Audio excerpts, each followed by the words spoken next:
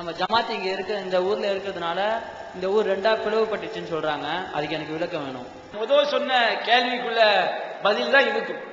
இந்த ஊர்ல இந்த தௌஹீத் ஜமாத்துக்காரன் வட்டி வாங்கினானா, தௌஹீத் ஜமாத்துக்காரன் வரதட்சணை வாங்கணும்னு சொன்னானா, தௌஹீத் ஜமாத்துக்காரன் சினிமா தேட்டர் கூத்தடிங்கன்னு சொன்னானா, தௌஹீத் ஜமாத்துக்காரன் பொம்பளையை கூப்பிட்டு ஓடினானா, எல்லா அநியாயம் பண்ற மத்தவங்க இருக்கிறாங்க. மத்தவங்க எவன் இந்த ஊர் நல்லவன், எவன் மற்ற பெண்களை கூப்பிட்டு ஓடுறானோ அவன் நல்லவன், எவன் சினிமா தேட்டர் நடந்த அவன் நல்லவன், வட்டி வாங்குறவன் பள்ளியாச முத்தவழியா இருக்கலாம், வரதட்சணை வாங்குறவன் இருக்கலாம், அடுத்தவன் சொத்தை ஏமாத்துறவன் இருக்கலாம். தௌஹீத் ஜமாத் என்ன செஞ்சோம்? யாரு சொத்தை புடுங்கணும்? யாருக்கு நாங்க அநியாயம் பண்ணோம்? இந்த ஊர்ல அல்லாஹ் ரசூல் சொன்னபடி வாங்கன்னு சொன்னா தப்பா? அதுக்கு ஒரு கல்யாணம் நடத்துறான் ஊருக்குள்ள சீரியல் செட் வச்சு சினிமா பாட்டை போட்டு, சினிமா பாட்டு மார்க்கெட்ல உள்ளதா? எவ்வளவு அநியாயம் நடக்கிறாங்க. என்ன மார்க்கெட் எவ்வளவு எத்தனை லட்சம் வரதட்சணை வாங்குறாங்க. இந்த பட்டூர் ஊருக்குள்ள வந்தவன் இந்த ஊரை பத்தி இந்த ஊர் மக்கள் சொல்றாங்க. ரொம்ப மனசு வேதனையா இருக்கு. எங்க ஊர்ல பெண்கள் தான் செய்யறாங்க, வேலைக்கு போறாங்க, வேலைக்கு போறதுல மாற்று மத மக்களோட பழகி நிறைய பெண்கள் ஊரை விட்டு ஓடி போறாங்க. அதுக்கு என்னங்க காரணம்? என்ன காரணம் கேட்டா, பெண்களை வேலைக்கு போக ஒரு ஆம்பளை சம்பாதிச்சு கொடுக்க முடியாதா? இல்ல, ஒரு வேலைக்கு போகக்கூடிய பெண்கள் தான் சொல்றாங்க, நாங்க வேலைக்கு போய் சம்பாதிச்சாதான் ஏன் கல்யாணத்துக்கு நாங்க செய்ய முடியும், கொஞ்சம் காசு சேர்க்க முடியும். அப்ப கல்யாணத்தை கஷ்டமாக்கி வச்சிருக்கீங்களா இல்லையா? வரதட்சணை கொடுத்தாகணும், சீர் சிலாட்டு கொடுத்தாகணும். அல்ல மார்க்கத்துக்கு மாற்றமா இவ்வளவு அநியாயம் நடக்குது. ஒரு பொண்ணு வீட்டை விட்டு ஓடனவன மட்டும் கத்தியை தூக்கிட்டு அல்வா தூக்கிட்டு எப்படி ஓடலாம் வர்றமா இல்லையா? அதுக்கு வர்ற ரோஷம், அதுக்கு என்ன காரணம்? அதுக்கு வருதா? வரதட்சணைக்கு வருதா? ரோஷம் வருதா? எத்தனை குடும்பம் நாசமா போகுது.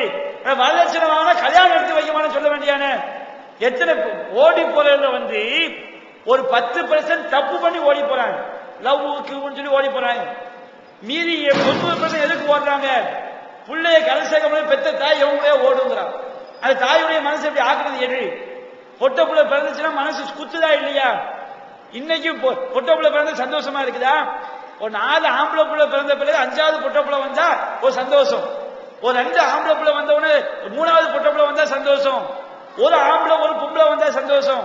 முதல் புள்ள பொட்ட புள்ள வந்தாலும் மனசு ஏன் குத்துது? தொடர்ந்து 2 புள்ள பொட்ட புள்ள ஏன் குத்துது? எல்லாருக்கும் உழைக்குதா இல்லையா? வெளியே என்ன குழந்தை பிறந்திருக்கு? பொட்ட புள்ள பிறந்திருக்கு, சந்தோஷம் சொல்றோம். ஒவ்வொரு மனசை தொட்டு சொல்றீங்க, சந்தோஷம் சொல்றீங்களா? குத்துதா இல்லையா? இந்த புள்ள என்ன ஏன் குத்துது? இந்த புள்ள வளர்ந்து 20 வருஷம் கழிச்சு கல்யாணம் கட்டி கொடுக்கணுமே, எவன் மாப்பிள்ளையா ஆம்பளை போறானோ, எத்தனை லட்சம் கொடுக்கணுமோ, சீர்சாடு கொடுக்கணுமே. நம்ம சமுதாயத்துல இன்னைக்கு வெளிநாட்டுல கிடந்து சாவுறதுக்கு என்ன காரணம்? கல்யாணம் முடிச்சோன்னே வெளிநாட்டுக்கு போறான், 50 வயசுல ஊர்ல உட்காரணும். 50 வயசுல ஊர்ல உட்கார்ந்தா அவனுடைய இந்த உலகத்துல என்ன வாழ்க்கைங்கிற ஒவ்வொரு தடவை வரும்போது புது மாப்பிள்ளையா வந்துட்டு போறான். இதுக்குதான் கல்யாணமா? கணவன் மனைவியை பிரிஞ்சு இன்னொரு பாலைவனத்தை கழிச்சு சாவுறதுக்கு தான் கல்யாணம் முடிக்கிறாங்களா? இதுக்கு எதுக்கு ஒரு வீடு கட்டுறதுக்காண்டி பாலைவனத்தை கிடந்தா கூட வீடு கட்டி 2 வருஷம் சம்பாதிச்சு கட்டிடலாம். 3 பொட்ட பிள்ளை பத்தி பிள்ளைய கல்யாணம் கட்டி கொடுக்கணுமே, இவனே பிள்ளைய வசதியா கட்டி கொடுக்கணும், சீர்சாடு கொடுக்கணும் அப்படின்னு சொல்லி தன்னை இளமை பருவத்தை ஃபுல்லா பாலைவனத்துல கழிக்கக்கூடிய அவலத்தை உண்டாக்கி வச்சிருக்கிறோமே. இது காரணம் இந்த வரதட்சணை கொடுமை தானே. அப்ப இதுக்கு பெண்கள் தப்பா போறதுக்கு காரணம், இதுக்கு எதிராக இந்த ஜமாத் தீர்மானம் போட்டுச்சா? அப்ப அதெல்லாம் செய்யக்கூடாது, அதெல்லாம் பாவம்.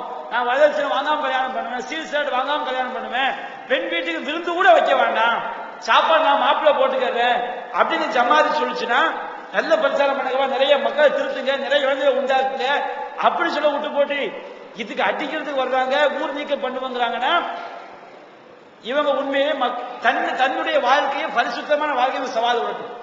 யார் தௌஹீத் ஜமாத்தை வரக்கூடாது அடிக்க நிக்கிறாங்களோ, கொள்கையை விடுங்க.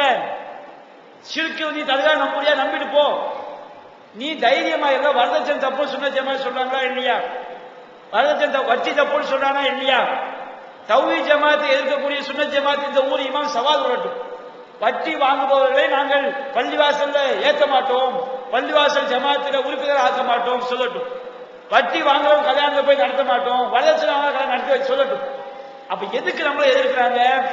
இந்த ஜமாத்து வளர்ந்துச்சுன்னா அவங்க பொழப்புக்கு அடிபடும். வரதட்சணை கல்யாணத்துல போய் நடத்தி வைக்கிறாங்களா? அவன் லட்சம் சில நிறைய ஊர்கள்ல ஜமாத்துக்கு என்னது கமிஷன் போகும். 1 லட்சம் ரூபாய் வரதட்சணை 10,000 ரூபாய் யாருக்கு போகும்? ஜமாத்துக்கு போகக்கூடிய ஊர்கள் இருக்குது. அதுக்கு அடிபட்டக்கூடாது. மக்களை எத்தனை நாளைக்கு அறியாமையில வச்சிருக்கிறோமோ அதுவரையும் ஜமாத்துக்கு லாபம்.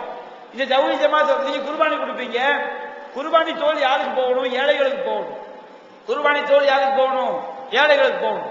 தௌஹீத் ஜமாத் வந்தா சொல்லும், குர்பானி தோலை எங்கள்கிட்ட தாங்க, நாங்க ஏழைகளுக்கு கொண்டு போய் கொடுக்குறோம், வித்து ஏழைகளுக்கு கொடுக்குறோம் சொல்லுவோம். ஜமாத் என்ன செய்வாங்க? ஏழைகளுக்கு நீங்க கொடுத்தா அவங்க ஜமாத்துக்கு அதாவது வருமானம் வராத, குர்பானி தோல் ஜமாத்துக்கு கொண்டு வந்து தாங்க செய்வாங்க கேப்ப. இந்த மாதிரி பல இளைஞர்கள் மார்க்கத்துக்கு மாற்றமான காரியங்கள்ல வருமானம் வருது.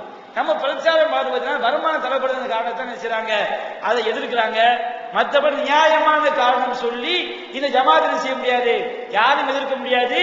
அவங்க நாம சொல்லக்கூடிய பதில் தான். ஜமாத்தை எதிர்த்தான்னு வச்சுருங்க, ஒரு எதிர்க்காம இருக்கும் போது மக்களுக்கு தெரியாது, எதிர்க்கும் போது உன்னிப்பான செய்வாங்க, கவனிப்பாங்க. மற்ற எத்தனை ஜமாத்து மாநாடு போட்டாலும் தமிழ்நாடு ஏதாவது பரபரப்பு வருதா? எத்தனை இயக்கங்கள் மாநாடு போடுறாங்க. இந்த தௌஹீத் ஜமாத் மாநாடுக்கு மட்டும் தமிழ்நாடு ஃபுல்லா அப்படி ஒரு தீ பிடிச்சி எரியுது, அப்படி ஒரு பரபரப்பு ஏன் வருது? சுன்ன ஜமாத் அசத்தை உண்டாக்கி விட்டுருவாங்க. ஜெயலலிதா மாநாடு போறாரு, போவாதீங்க, எல்லாம் நம்ம போகாத இடத்துல அவங்களே பிரச்சாரம் பண்ணிடுவாங்க.